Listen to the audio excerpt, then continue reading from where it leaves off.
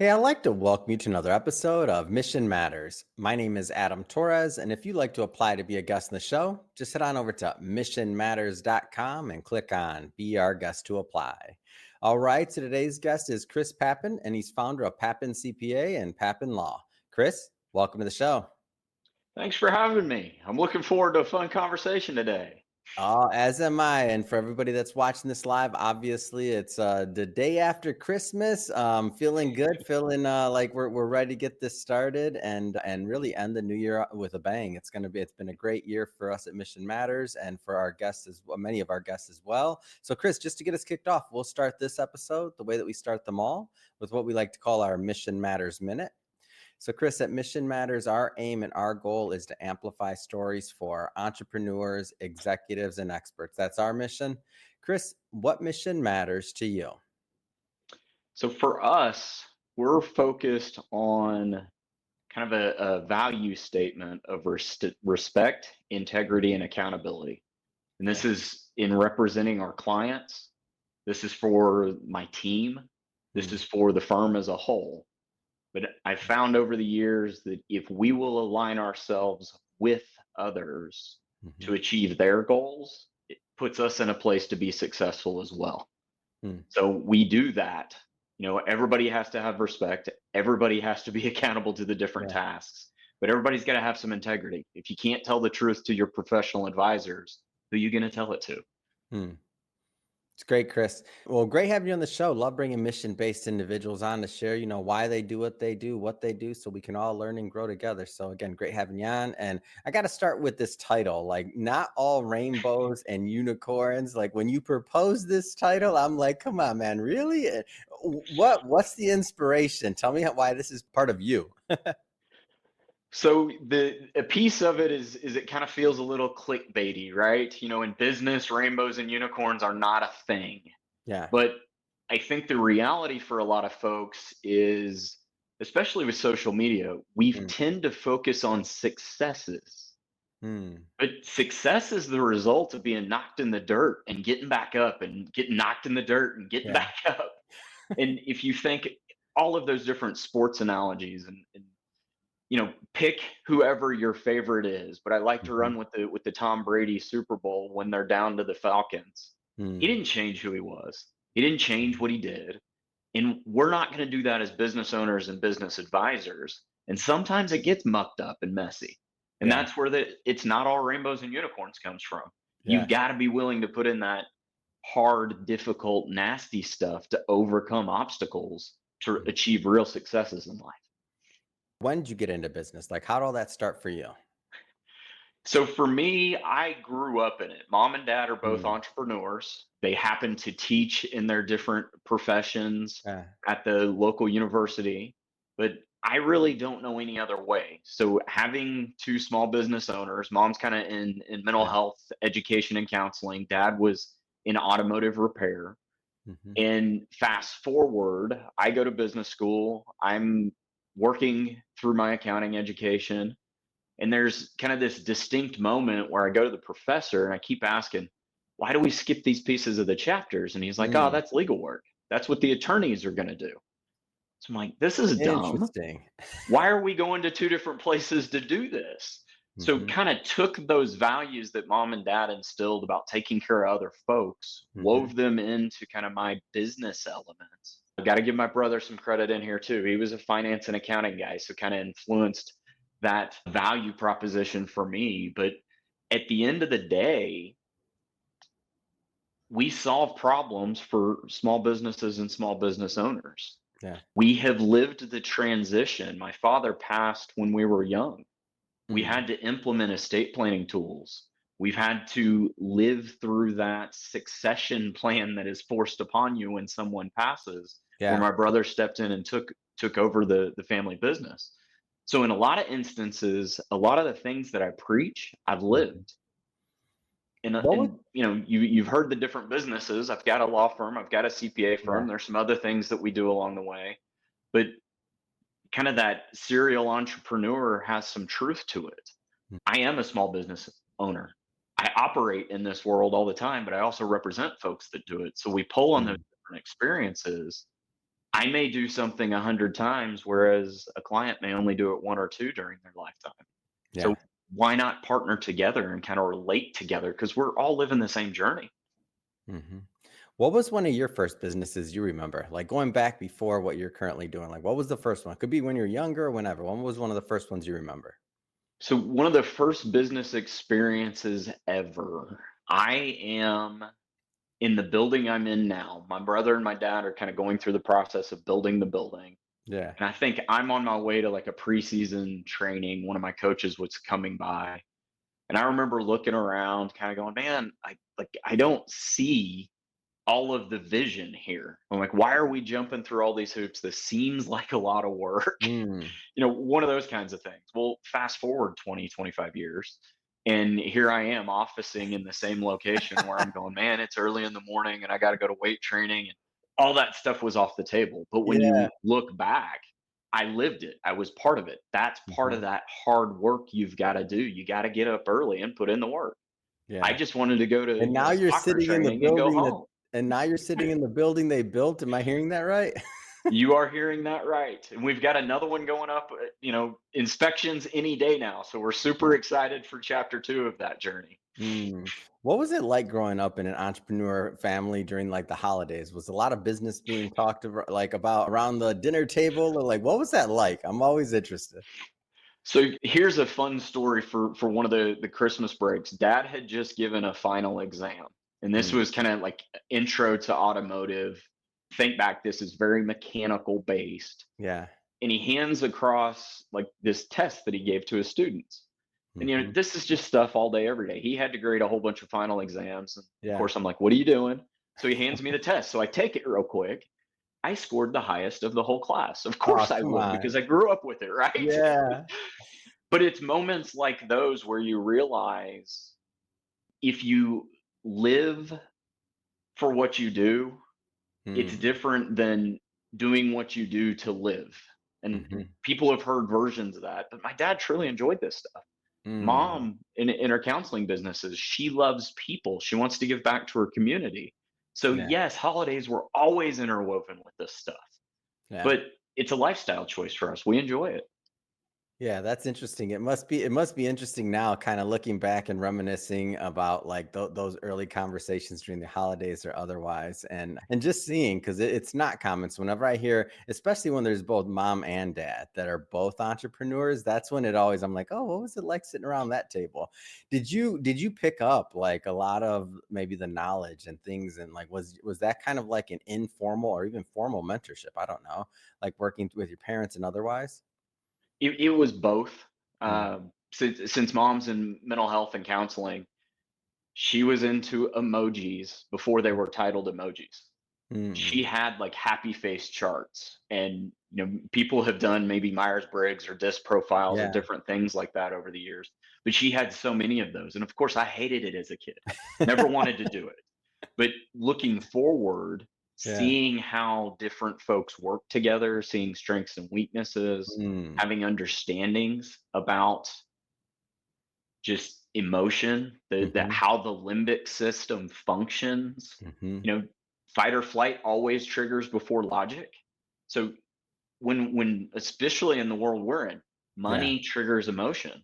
So having some of those disciplines now, I would kill for, and I'm so grateful that I have. Mhm. But at the time, grab me as like a 15-year-old kid, and I couldn't run away from it fast enough, Like, I'm looking at emojis. What is this? I gotta take another test? Come on. I don't even know what this let me go play ball. right? I like teasing about the emojis. Everybody has seen kind of those emotional charts. Yeah. I call it the happy face chart. Mhm. But somewhere in there, all of those subtle nonverbal things, Mm. watching dad, interact with different folks, and in some instances, maybe some not so good scenarios where somebody's frustrated, Mm. learning some of those customer service elements, coming Mm. together with people. A lot of our family friends were also customers. Yeah. Everybody says you've got to keep business and personal separate, and you kind of do. You've got to have a healthy respect Mhm. for both.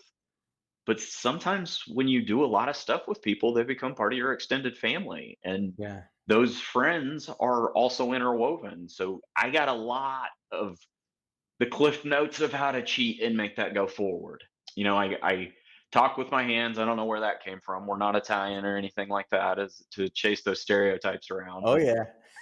somewhere in there, we learned that there's different ways to communicate. There's different ways to illustrate what's going on. My Mm, dad and my brother both like to show people what's physically wrong in a vehicle because a mm, phone call just doesn't do sometimes. yeah. But when people can see it and understand that it's a safety hazard, they behave differently. They make decisions differently. Mm, And that's where we really want to partner with our customers.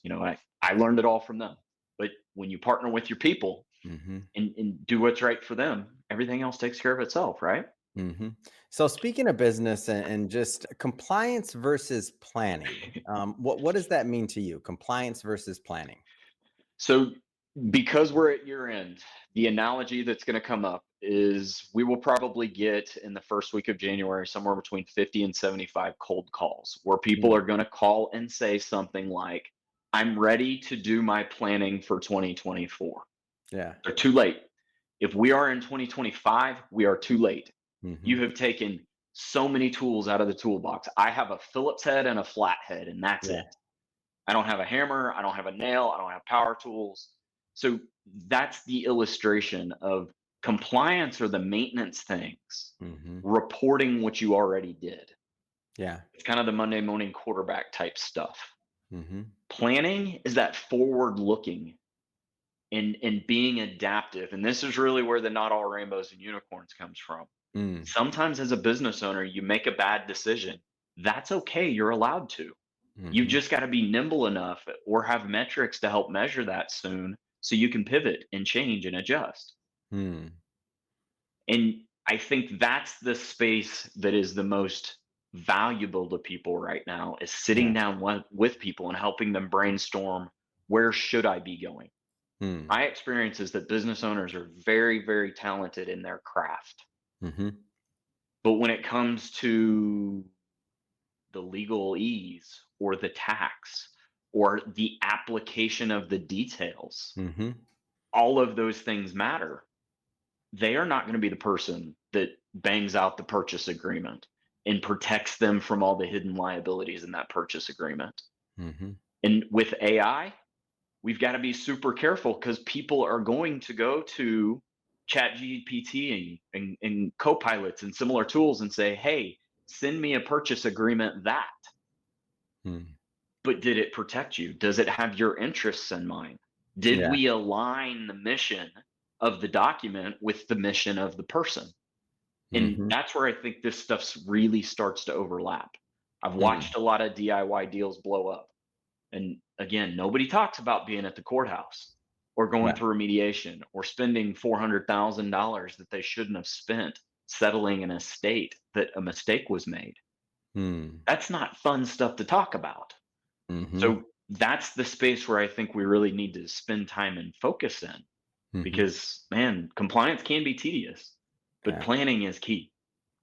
Talk to those 50 to 75 people that are gonna call the office randomly. Like, we're heading into year end. I always like to provide some type of tips or like some type of thought processes or tools, right, to Absolutely. our audience. So let's have you talk specifically to those 50 to 75 people that are gonna call in. Like, what kind of things should they be looking into as they go into 2025 so that they don't make the same mistake and hopefully they're not doing another cold call right at the end of the year.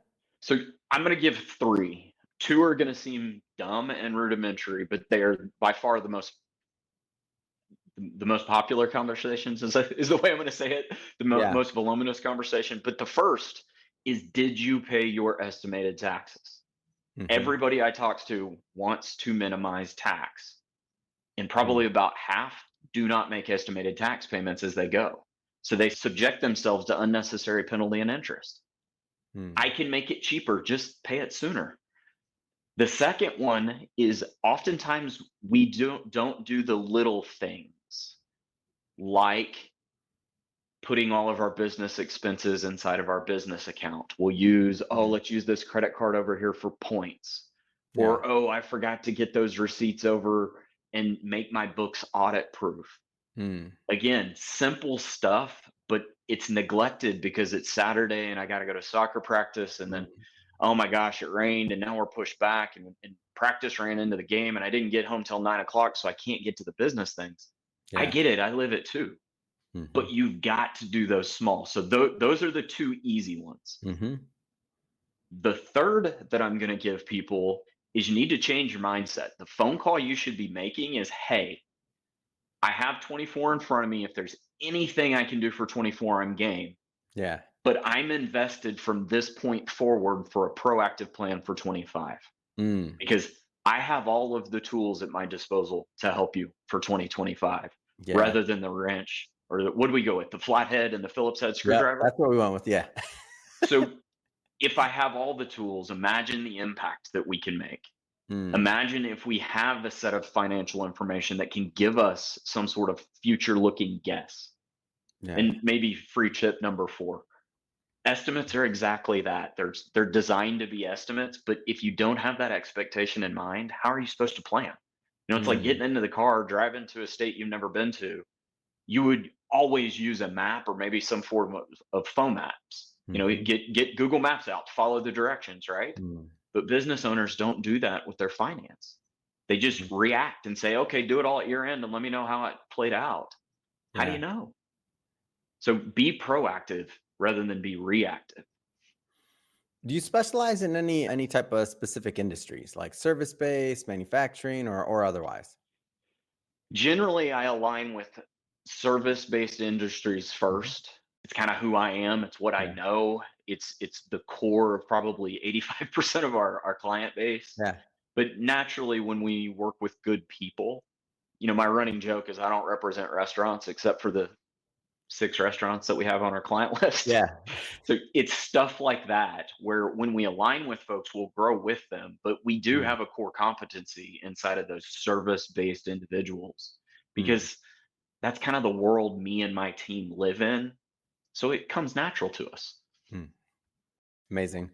Well, Chris, man, this has been a lot of fun finally getting you on the show. I've been trying to do this for a long time, and I'm glad that I got all these tips out of you for as we go into year end. And hopefully, for those of us that need it, have that shift in mindset. I think that was a great tool and a great tip, having a shift in mindset of just doing what you can do for now. Like, what can you do in 2024? Great, but 2025, make it the best year. Like, how do you have that shift in mindset? It's a great tip. That being said, what's next? I mean, what's next for you? What's next for the business? What's next? So one of the things that is upcoming, we are working on a book for small business owners Mm. designed around the platform of entrepreneurship. Where do I start? What do I do? Yeah. Pieces of it are going to overwhelm folks. Pieces of it are not going to be deep enough for folks, but we Mhm. got to start somewhere. I would also tell people, pay attention to my LinkedIn because what's next? Well, we have an election year. So there's a Mhm. lot of what's next, and I have no idea what they are, but we will post them to the Yeah. LinkedIn site and we will keep people up to date because I imagine we've got a lot in store, and I'm really excited at the different opportunities that come with law changes. Hmm. Amazing. And how can people connect, learn more about the company, and follow up?